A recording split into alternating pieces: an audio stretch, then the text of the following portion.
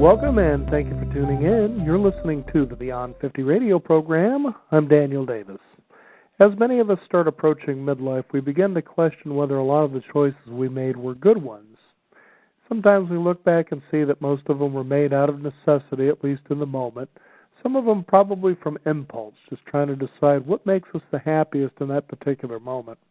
And then others, although maybe well planned, usually took a little bit of a detour when we found the direction we were going took a little bit of a detour and didn't lead us to where we thought that they should, leaving us with disappointment. On the Beyond 50 radio program today, we're going to be talking about simple wisdoms, 4 wisdoms that someone's life was able to impart to us to tell us what a good life looks like when well lived. On the program today, our guest is president and co-founder of Outback Physiotherapy Center Incorporated, which is located in Redlands, California. She has her doctorate in physical therapy, and her mom has been considered to be her greatest inspiration, in which the book Simple Wisdom, An Extraordinary Life has been dedicated to. I'd like to welcome to the Beyond 50 radio program our guest, Ms. Teresa Rogers. Teresa, thank you for joining us here today. Hi, thank you, Daniel, for having me. I appreciate it. Now, you say your mom was a great inspiration to you. A lot of us tend to look at our parents, but we get the sense here that this was something that was one step beyond something as just an ordinary parent. Tell us about that. I believe that my mother gave me the wisdom that she is which wanted the best for her children. And so she dedicated her life through some of the things that happened to her to make sure that her children didn't go down the same path, if you will, that she did, and the choices that she might have made sort of gave us that vision to be successful and be independent. And she did that through this book, Wisdoms of the 4 Wisdoms I talked about. Now, in these 4 wisdoms, you take a look at what they are, and, at first they say, well, that kind of seems simple enough, but you realize they really, truly have an impact on our lives. It'd be kind of interesting to kind of cover these and maybe give your view or experience on what your mother meant by the wisdom and what your actual direct experience was when you decided to, okay, I'm going to go ahead and go with this and see where it leads me. Right. Okay, sure. Now, the first one we talk about here is choosing your friends wisely. And believe me, there were some friends I wonder why I chose them at all, but... Yep. So, to answer that question on that one, we know that our friends are one of our most influential people in our lives. Mm-hmm. Peer pressure, come on, you can try it, no one's going to find out, blah, blah, blah. And I just realized at an early age when my mother told me that she was right. I started noticing that about my friends and how they, were, try to persuade you doing things. And then you have these friends that appear to be like they're on your side, but when something bad happens or something even good happens, they're not really for you. So, you start noticing that the people in your life, the ones that are really truly happy for you and happy for your success and celebrate in your success with what you do, those are the friends that you really want to hold on to. And they're very few and far between, Daniel. As you probably know. I remember at one time it was said, I've actually read or even heard this, that in a person's lifetime, if you have 2 really true friends, you're probably doing better than a lot of people. Yep, I agree. Mm-hmm. I agree. Yeah, you can count them on one hand, some of my favorite people in life. So I believe that. And it's really too bad, isn't it? Isn't that sad? Now, I know that your mom had a really rough life. Tell us about that, but how she was able to cultivate these wisdoms that she imparted to you. Well, my mother was married to my father, the alcoholic, mm-hmm. and she married him at a young age. She was met him at 13, married him at 15, had her first child at 17. And during that time, he became more and more dependent on alcoholism. That was the way he coped with stress. And unfortunately, she didn't, have really a means of a way to get out, somewhat trapped, not having an education, not knowing what to do about that, how to get out of that. So she just stayed. Thank goodness she stayed. And she stayed and supported us the best that she could. She tried to protect us as much as she could from him. But as you know, alcoholics tend to like to control the family. They like to belittle you. They like to put you down, suppress you. But she kept pushing on about the importance of these things of which I talked about in the book, of just staying true to yourself. And I looked at both parents, and I looked at his life, and I looked at my mother's life, and I thought, I don't want his life. I don't want to be controlled by substance. And she was able to teach that to me, and I'm a Christian. I believe that, God helped us as well, and so gave us her the wisdom to give to us, Daniel. That's kind of that's where I believe her foundation came as survival for her kids, was her survival. Well, and she also came out of a time that was really one where people tended to be very hardy. I mean, we're talking about, the tail end of the Great Depression here and into World War II when your mother was born, right? Right, 1939, yes. Yeah, because I was reading in the book here, there was one thing that really stood out, and it's kind of touched me a little bit, and that was how her own father had died. Right. Yeah, she was only 18 months old, and so she never knew her father. He was electrocuted on up a pole, and the people that were managing the pole that day didn't turn off electricity, and it hit him and 2 other people, and he was one of them that died. Oh, no. Oh, yeah. Wow. Yeah. Right. Sad. Now, your childhood now with your own father, as you were saying, was, physically abusive and controlling. Tell us, there must have been some thoughts during that time. I'm sure that Mom tried to step in, but that you kind of wondered, is it always going to be this way? I mean, it's amazing when you have hardship that you tend to think it's going to go on forever, especially when you wake into it day in and day out, even if it's a week or a month or a year. But what was it about you and how, I guess, your mother communicated through those times, too, to kind of hang in there? It does get better. That's a very good question, Daniel. I don't really even know that was even the thought. It was just mainly a survival of day to day, one day at a time. We're going to get through this. We're going to get through this. We're going to get through this. And that's the reason why she wanted me to go to boarding school, because she thought that was probably a way out, if you will, of how bad it was getting. And she didn't really say the words, it's going to get better. She just kept saying, these are the tools of which that you can choose so that this doesn't happen to you, and that you can move forward in life and not be held back to those things and let those past things keep you down. You know what I mean? Yeah. So I don't know if that answers your question. But now, you still had happy moments in your childhood. Yeah, I did. I mean, there were. I mean, unfortunately, there are days that my father, when he didn't drink, and he, sometimes still had this personality of the alcoholic, we would do fun things as a family, actually like ride motorcycles. But unfortunately, would end up sometimes drinking, and then he got to be unsafe. Oh boy. So yeah, but other than that, we just have fun things, and my mother tried to create those fun things for us. I know one of the biggest challenges that you definitely had with your mom, as much as she was, in there to help you get up and running, was when it came time for her to actually need your help with her and Parkinson's disease. What was that like for you? Oh, yes, of course. That was a few years ago. She was diagnosed. And when you're diagnosed with something like that, you're kind of shocked in a way. You deny it. It really is happening to me. And as a physical therapist, I was fortunate to be in that means to help her. But, one thing about Parkinson's disease, you can't leave it. You've got it. And so her survival at a younger age, at least she had her health. But now that this disease is, does what it does to you at a very slow pace, you try every day to get up, and you keep going, and you keep going. And she had that as a child, when I was a child, and I still see that today.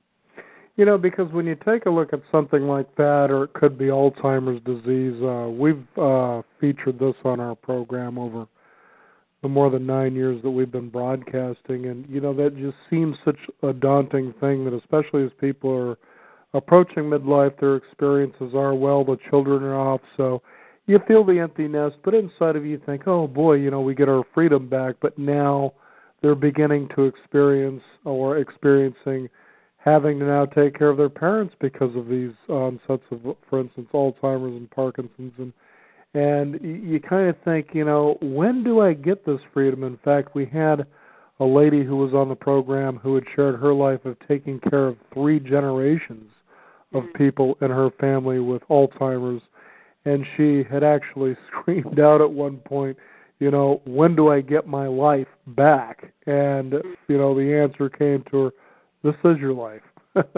But, even with the adversities that we tend to have, a lot of people hear, well, in every adversity there's a seed of success, there's a great lesson and a miracle that's sitting there, a piece of gold.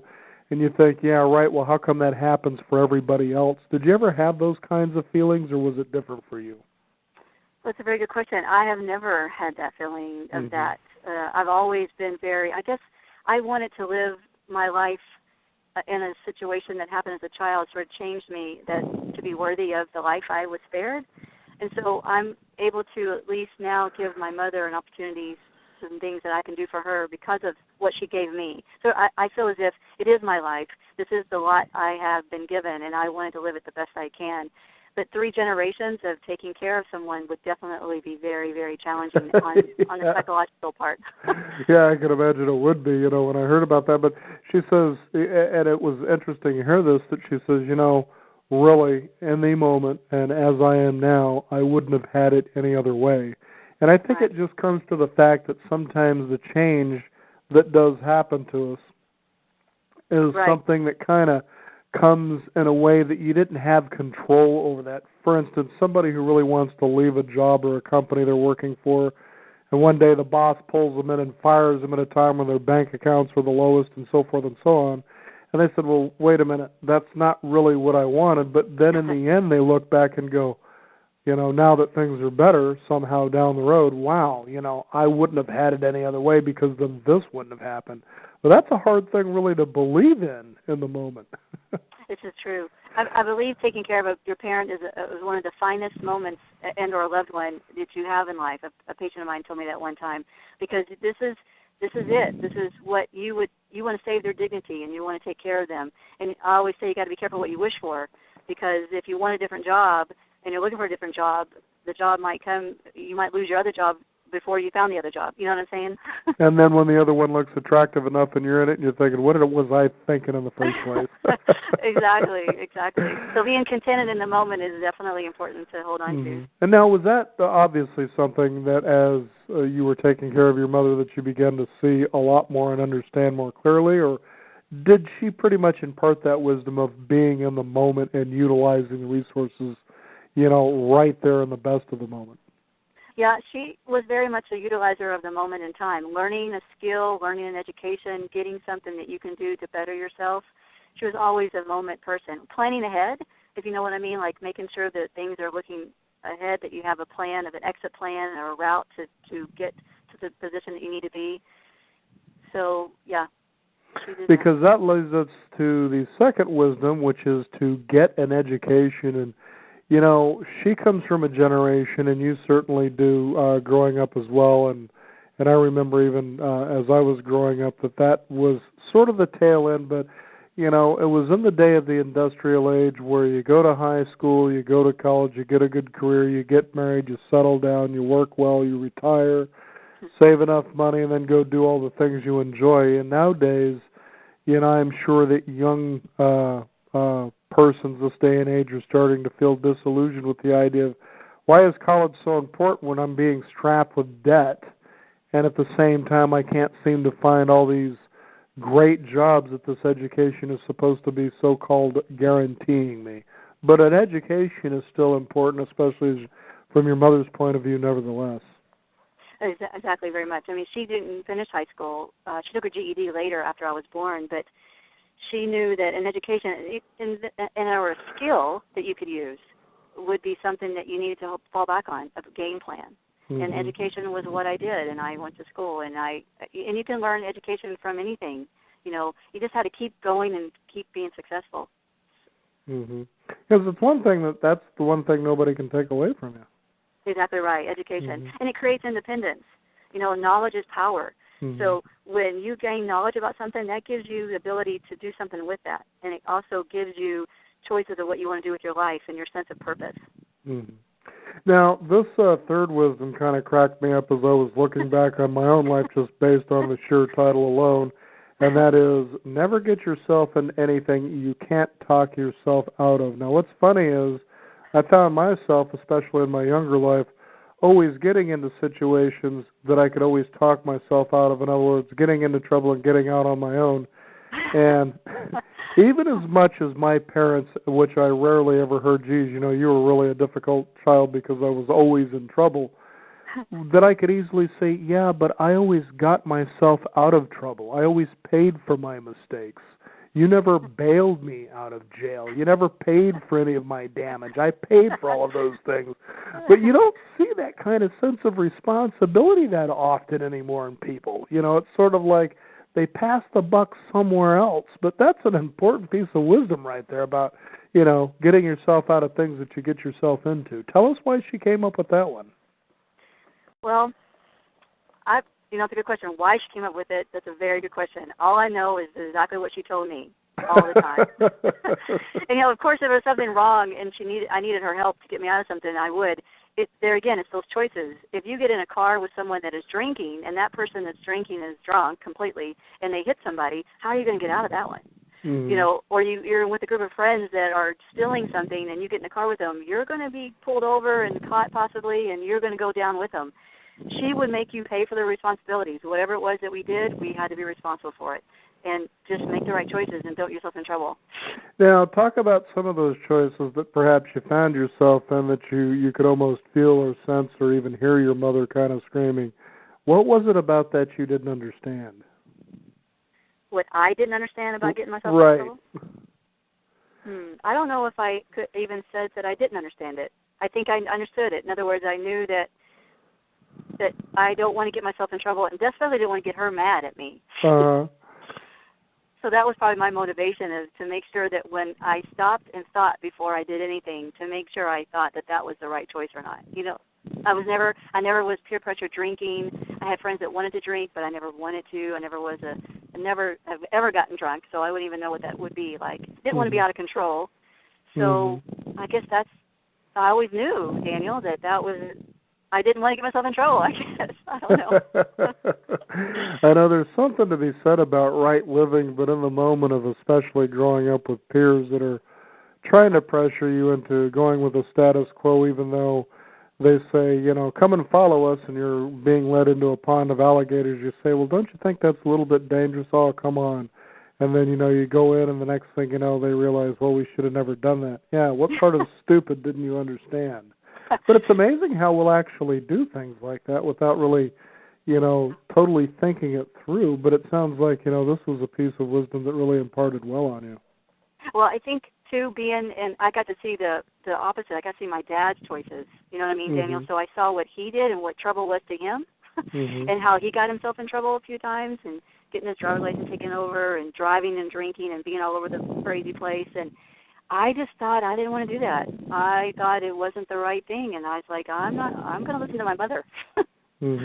Especially, something that children can tend to do because they feel if they can get away with it, is that they'll lie about a situation, and sometimes you'll get away with it, but eventually the truth always catches up with you. Oh, yeah, it did for me that one time when I was in second grade when I told my dad I took a bath and I didn't, and he saw dirt on my feet. So I guess I was probably caught with that. Or there's much serious. I mean, if a child makes those small choices at young, there are not much consequences. It's when as you're older, lying doesn't get you anywhere. Cheating, stealing, and all that goes with that. It just doesn't get you a positive result in life. And some people learn it at a young age, some people never learn it. And I was just fortunate that I learned it at a young age from her. Fascinating stuff. Now, the final one is you have 15 minutes to feel sorry for yourself, then get off your butt and do something about it. How many of us live lives of quiet desperation and the fact that our self-loathing somehow serves us for lifetimes? So true. Tell us about that one, here, and how she came up with that. Well, I think she came up with that because she'd see, how you get through the teenage years where you're a little bit kind of emotional because of the hormones. And then she would say, okay, 15 minutes is all you get. So wallowing in self-pity gets you nowhere, as you know that. And no one's successful. No person that's successful is ever have a poor me mentality. And, every person that is successful doesn't wallow in that, doesn't stay in that self-pity, poor me.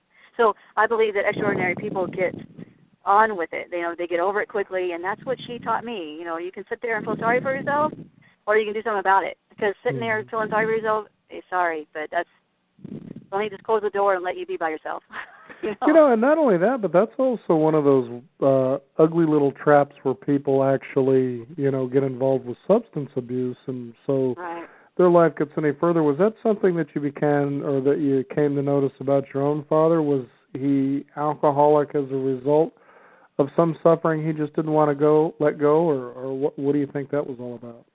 Yeah, I believe that he was fairly miserable, and he wanted misery to stay with him. I think that he chose alcohol to deal with his stress, and yes, there was times that he felt sorry for himself. I've listened to it many, many times in his drunken states. And you think, man, this is like lousy. You just didn't want to listen to it anymore, and you thought, man, I don't want to be that way. And he did. And people I believe that. I believe people get depressed about something that happens to them. Poor me, look at this, I can't find a job, blah, blah, blah. And they start drinking, and they feel better about that, and they just release their tensions that way. Unfortunate it happens, and they have to change their character to get out of that. And that's another whole topic. But, that was something that I feel as if you have a chance at all in life to realize that this is what you're at, and you need to do something about it. Otherwise, you're going to still stay in that position if you continue to worry about it and cry about it. I just remember years ago, I think it was my own mother that said, if we could bring people right in front of you, and this was a moment that maybe I was feeling a bit low in my life, and we could have everybody put all their problems into a nice big pile right in front of you, and then you get to put yours into that same pile after seeing everybody else's problems being put there. She says, I guarantee you that you're easily going to want to go and pull your problems back and put them in your pocket and walk away. Right. I'm sure you've probably seen that example in your lifetime through the many people that you've worked with as well.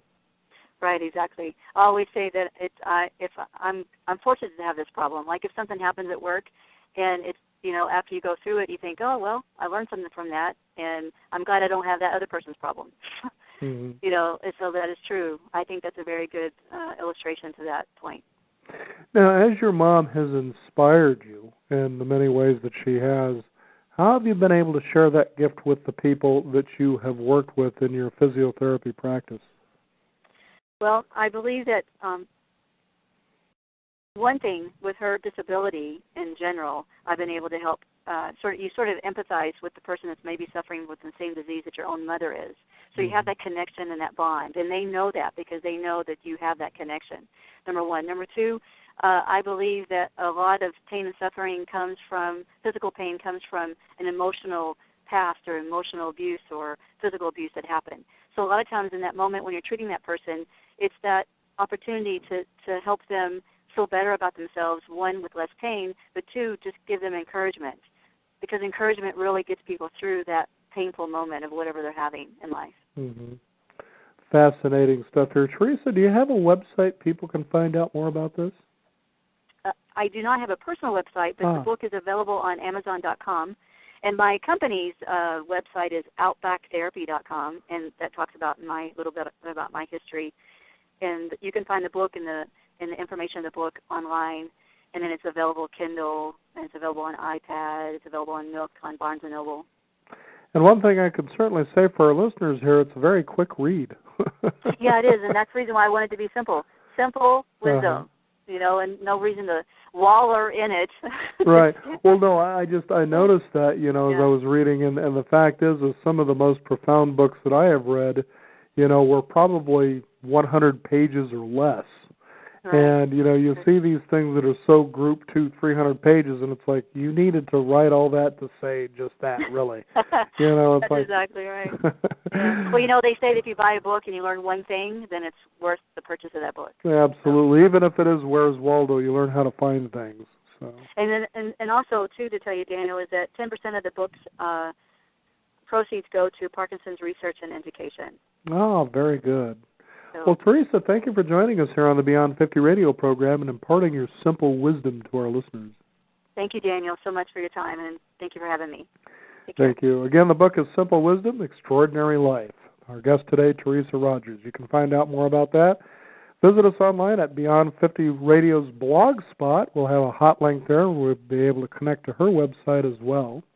And also, we're going to have this show archived so you'll be able to listen at your convenience and share it with others as well. We want to thank you for tuning in. This is the Beyond 50 Radio program. I'm Daniel Davis, and remember, live your day past